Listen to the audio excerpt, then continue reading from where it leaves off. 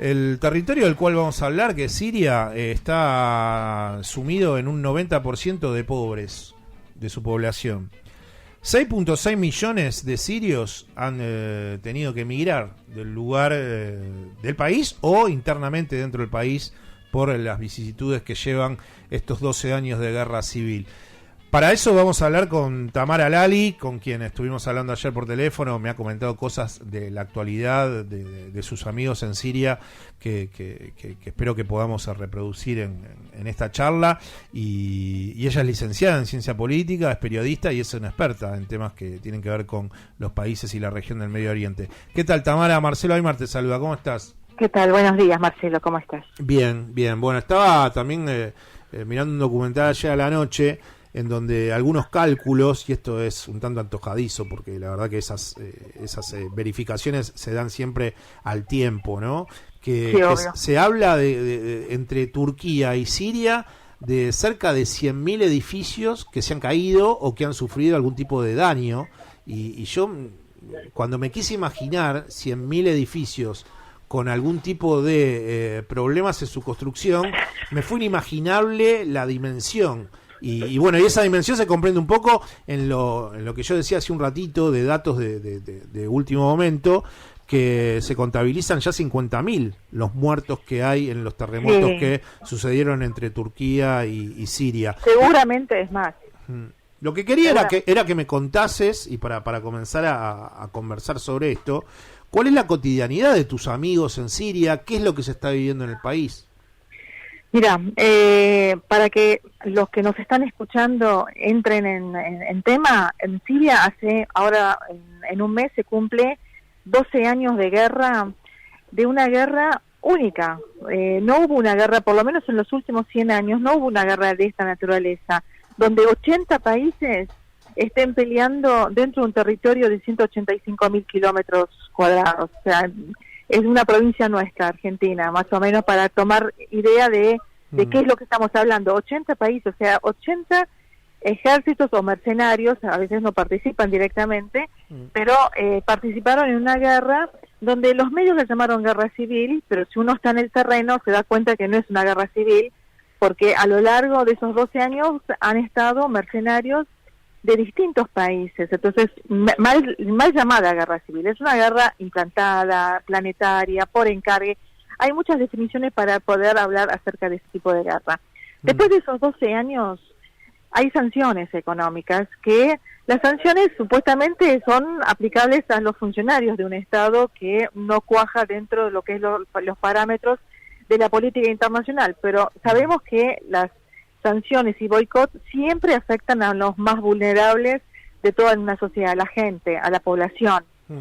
Siria hace ya 3 años está sin luz. Sin luz significa 22 horas por día sin absolutamente nada de luz. Esto implica que las industrias no funcionen, que los hospitales funcionen a medias, que no haya insumos hospitalarios que ingresen, no hay anestesia en este momento donde tienen que operar a la gente que sacaron heridos del terremoto, no hay anestesia, no hay paracetamol, te estoy diciendo lo básico, no hay agua, porque Turquía durante años le ha cortado el Éufrates a Siria, no hay combustible, porque a lo largo de estos años Estados Unidos se ocupó la zona del noreste de Siria, donde están todos los pozos petroleros, y lo que hace es saquear el petróleo, con lo cual el Estado no puede hacerse de ese petróleo o de esas regalías en todo caso.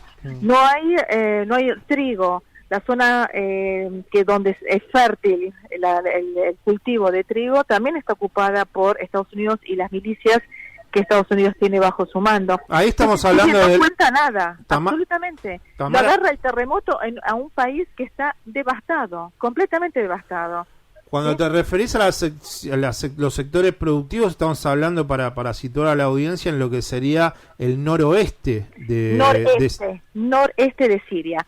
Claro. Ese pedacito que sale hacia el Irak, digamos, para que se den cuenta, la provincia de Hasaka y de Rezor, esa zona está ocupada por Estados Unidos y por unas milicias separatistas que se autodenominan Fuerzas Democráticas Sirias. ¿No hay sectores kurdos también ahí? Claro, ahí están los kurdos, pero no todos los kurdos son aliados de Estados Unidos. Solamente esta facción que es separatista y que se autodenomina Fuerza Democrática Siria, que son los que son aliados de Estados Unidos y son los que junto con Estados Unidos están ocupando ese territorio rico en petróleo y rico en granos, en cultivo. Tamara, y lo que sería el noroeste, que es noroeste el ejército rebelde, ahí también es en la zona del Idlib. Mal denominada. Mira, los conceptos, los nombres que uno le tiene que dar o le da, tienen una carga ideológica. Si vos me decís, un muchacho rebelde es un chico que se rebela ante los padres, por ejemplo, porque quiere hacer algo. Un grupo rebelde porque es revolucionario, quiere cambiar acá no es un grupo rebelde, acá son terroristas, son grupos terroristas que entraron a decapitar a gente. Durante 12 años decapitaron a gente, así tal cual. Ustedes habrán visto videos de ISIS decapitando gente, tirándole balas en la cabeza, arrojándolos de los balcones porque son gay, o bueno, ese tipo de cosas. Tamara, pero ese es el grupo que la prensa denomina rebelde, sí. No tiene nada de rebeldía. No, pero digo, dentro de ese ejército que desde una conceptualización occidental se lo llama rebelde, me imagino que también debe haber facciones que no tienen que ver con el Estado Islámico, pero sí que tienen que ver con la cantidad de años que lleva Bashar al-Assad al frente de la administración de Siria, y por eso tal vez el concepto de rebelde ante un régimen o un gobierno que hace muchos años que está al frente de la administración de un país y que no genera la capacidad de procesos eleccionarios. Bueno, separemos entonces los tantos. Yo, por ejemplo, como ciudadana siria, yo soy ciudadana siria, pertenezco a un partido que no soy del partido oficial de Bashar al-Assad, del gobierno actual. Pertenezco a otro partido que obviamente quiero un cambio en mi país, quiero que haya elecciones, quiero que, qué sé yo, mi partido, por ejemplo, participe y se haga del cargo del poder. Lo mismo pasa con otros partidos políticos, pero ninguno de nuestros partidos tomaron las armas en contra del Estado. Respetamos la institucionalidad del Estado, respetamos al Ejército Nacional Sirio, que es algo, digamos, la línea roja. Ese ejército no se cruza la línea, porque el ejército es parte de la población siria. Son mis primos, son amigos, son parte de las familias sirias. Entonces, al ejército no se lo toca. Ahora, que haya un cambio y que yo, obviamente, no me gustan los partidos únicos, obviamente que eso sí queremos. Y obviamente que hubo grupos que se han alzado en contra de esto, pero eso fue el comienzo, minoritario. Apenas se levantan grupos en contra o pidiendo elecciones, pidiendo que haya participación política de otros partidos políticos, se hacen, ingresan armas, ingresan mercenarios dentro de Siria, y ahí se forman los distintos comandos que son, mira, si yo te cuento nombres terminamos el programa de nombres.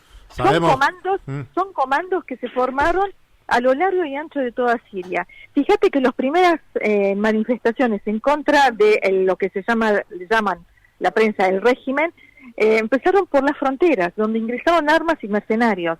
Inmediatamente ingresan grupos extremadamente religiosos, de un extremismo religioso terrible, que no es visto en Siria absolutamente, y no tiene nada que ver con la idiosincrasia siria, sí con la idiosincrasia del Golfo, de Arabia Saudita, de Qatar, sí de Turquía, que son mucho más islamistas en ese sentido, pero no de Siria, que era un estado laico hasta el 2011. Entonces, por eso hay que separar los tantos. No en esas facciones que se llaman rebeldes, hoy en día no hay ninguno de estos grupos anti-Bashar al-Assad, si se quiere. Son anti-Bashar al-Assad, obviamente, son anti-Siria, son anti-régimen, anti-gobierno, quieren la destitución, y lo que quieren es formar un califato islámico a lo largo, no solamente Siria. Siria es como el corazón de lo que sería ese califato, y formarlo a lo largo de todo lo que sería el Medio Oriente. Bueno, esto es grupos que hoy están en Idlib, donde le ingresó ayuda humanitaria de Naciones Unidas, de Estados Unidos, le ingresó, pero por la misma vía que ingresaron armas. Hace pocos años atrás le ingresaron armas, mercenarios, etcétera. Ahora le ingresaron únicamente a esa población que está en Idlib, que corresponde que se le ingrese ayuda humanitaria. Por supuesto, son seres humanos. En ese sentido, nosotros todos somos solidarios con cualquiera que sea víctima de un terremoto de esta naturaleza. Pero bueno, para que se sepa de cómo ingresó la ayuda humanitaria de Occidente, ingresa solamente a Idlib. O sea, se olvidan que en Alepo, en Latakia, en Hama, en Yable, en otras provincias sirias murieron mucho más y se derrumbaron mucho más edificios que en Idlib. Quería preguntarte sobre la cotidianidad del habitante de Damasco. Damasco es la capital de Siria y es un sector del país que sí está bajo la administración de Bashar al-Assad. Sí. Y cómo es la situación social de la gente, porque es una adversidad tras otra. Me imagino que hay personas que tienen que abrir su negocio todas las mañanas o ir al banco. Sí.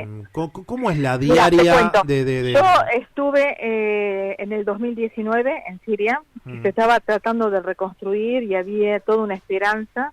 El 2020 comienza la pandemia, que cerró como cualquier otro país.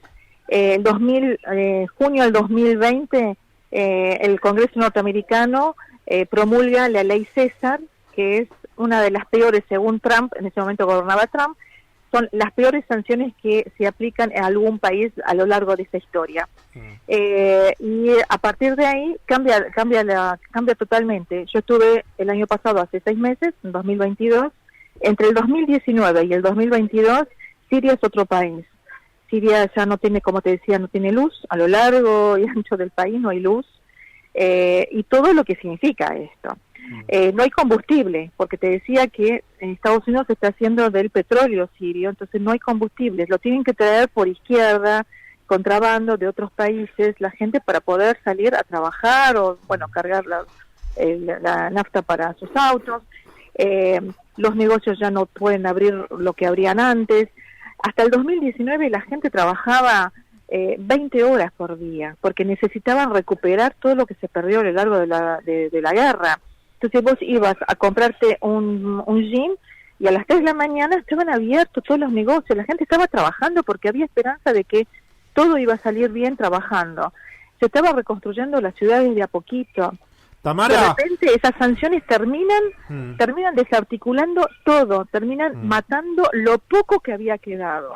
Entonces hoy la gente no tiene absolutamente nada, no pueden salir a comprar el pan porque no tienen para pagar el pan. La inflación es abismal, porque bueno, en medio de todo esto, obviamente los señores de la guerra son los que usufructan todo esto, los señores del terremoto también, porque obviamente ahora va a empezar todo lo que hacen posible que esto se salga de los carriles. Bueno, Tamara, sí. Lo que quería tratar de comprender tiene que ver con que el gobierno de estos años de la administración de Bashar al-Assad, del partido Baas, que fue creado por el padre de no Bashar. Fue creado, no. El partido está desde la década del 40. Bueno, pero era uno de los referentes que lo llevó al poder en Siria. Sí, por supuesto. Bueno, ellos siempre tuvieron una ligazón y fueron socios políticos con Rusia. Entonces, cuando yo te escuchaba que vos decías, bueno, hay mucho apoyo en ciertos sectores del país de Estados Unidos nunca apoyó al gobierno de Bashar al-Assad. Entonces, ¿cómo la otra parte de los sirios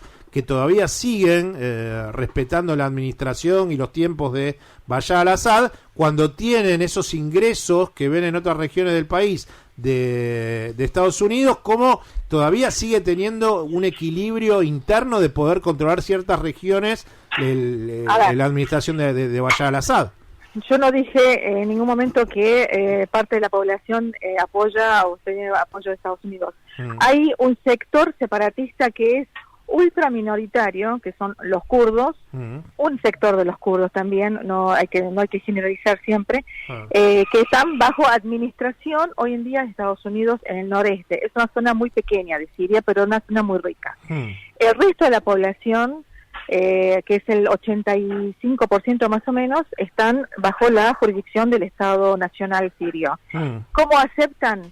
Mira, a lo largo de Bashar al-Assad asume siendo muy joven, creo que en el año 2001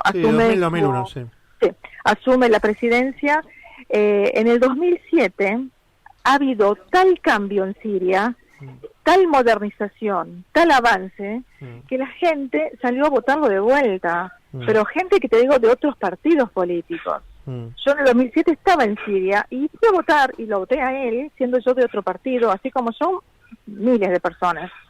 Porque veíamos un avance abismal en toda Siria moderna, estaba avanzando. Siria no tenía deuda externa, Siria tenía la educación no arancelada hasta terminar no solamente la carrera universitaria, sino doctorados. La salud pública era de avanzada. Es más, de tan avanzada que teníamos la salud pública, había un hospital en Alepo llamado Kennedy, que era de enfermedades oncológicas, que pusieron un camión, estos que se llaman oposición rebelde o oposición moderada, que en la prensa lo llama así, pusieron un camión con explosivos en la puerta, hicieron volar a ese hospital, que era de primera en todo el Medio Oriente, venían de todas partes a operarse en ese hospital, lo hicieron volar con enfermos y con toda la maquinaria adentro. Ese hospital no existe más, quedó hecho trizas.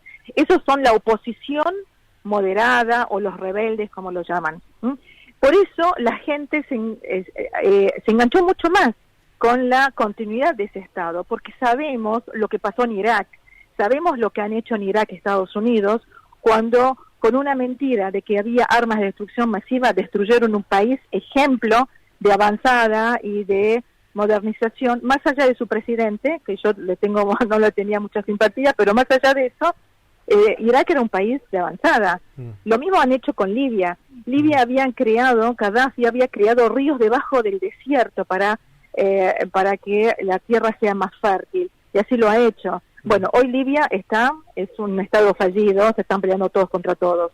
Bueno, como los sirios habían visto lo que había pasado en Irak, no le creen a Estados Unidos, no le creen con su democracia, no creen en los derechos humanos que habla Occidente, porque tienen siempre de doble vara, porque vemos a Israel lo que hace con los palestinos y tiene todo el apoyo de Occidente y de Estados Unidos. Entonces, los sirios tienen una alta conciencia política y por eso apoyan en su mayoría a Bashar al-Assad, a pesar de que seamos de distintos partidos políticos y no queremos ni partido único, ni la continuidad de un Estado de esta naturaleza. Pero hoy seguimos apoyando al Estado sirio, más allá de todas las cuestiones internas. Tamara, para finalizar quería preguntarte, sabiendo que viviste en Siria, tenés amigos en Siria, que sos un especialista sobre temas de Medio Oriente, ¿qué te imaginás a futuro que puede llegar a suceder en el país, sabiendo que encima ahora tienen que remontar lo que ha sucedido con estos 2 terremotos? Recién estabas hablando de Israel, en la semana hubo también bombardeos del ejército israelí, en medio de la ciudad. Porque ellos en Damasco, porque ellos consideran que ahí todavía hay un refugio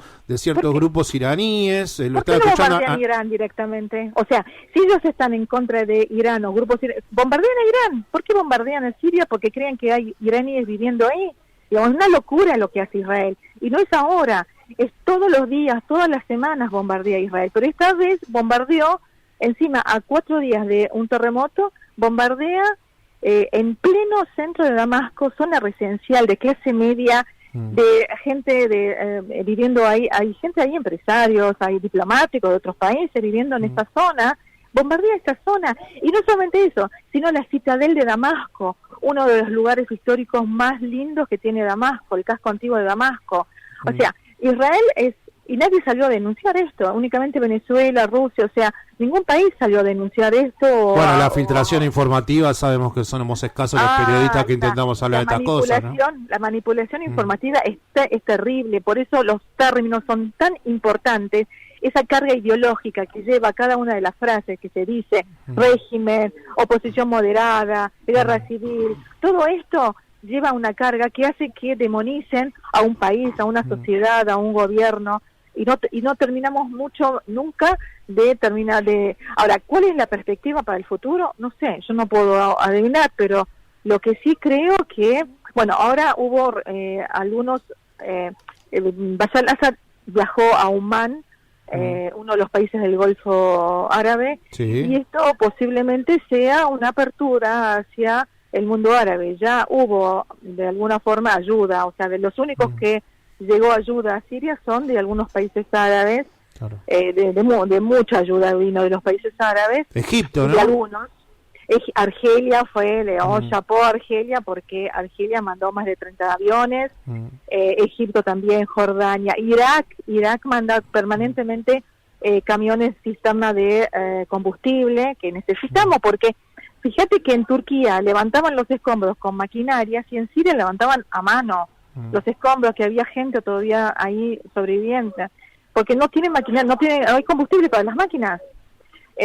No hay para operarlos. Sí, y aparte las tardanzas, estaba viendo las tardanzas de las ayudas humanitarias por parte de la ONU, ¿no? Bueno, nosotros repetidamente hablamos de la tardanza de Guterres, que vive siempre con el despertador con fecha del día jueves cuando está viviendo un lunes, pero bueno, tal cual.